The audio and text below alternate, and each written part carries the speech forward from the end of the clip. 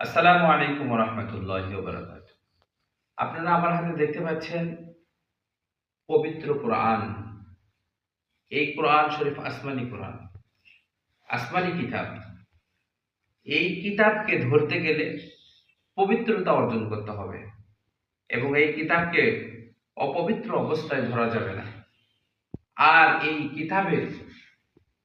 এই কিতাবের স্থান সমস্ত মুসলমানদের দিলের ভিতরে রয়েছে।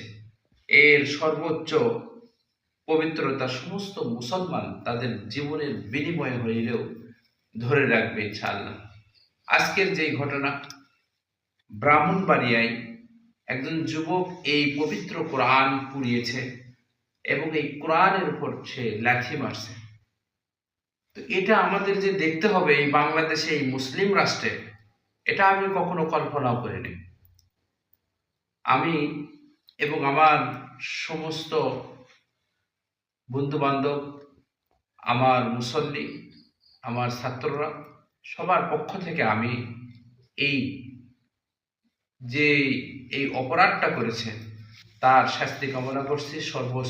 সর্বোচ্চ শাস্তি, ফাঁসি চাচ্ছি এবং ভবিষ্যতে যেন এরকম কেউ না করে এই বিষয়ে সরকারের প্রতি বিশেষ একটি আইন জারি করার জন্য অনুরোধ জানাচ্ছি। আসসালাম।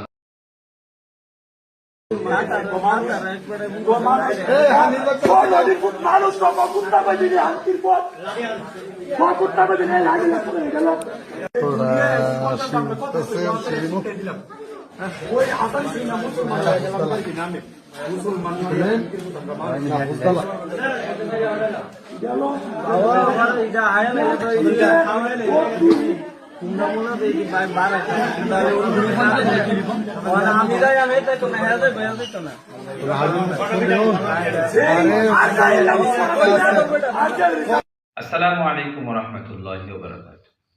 আপনারা আমার হাতে দেখতে পাচ্ছেন পবিত্র কোরআন।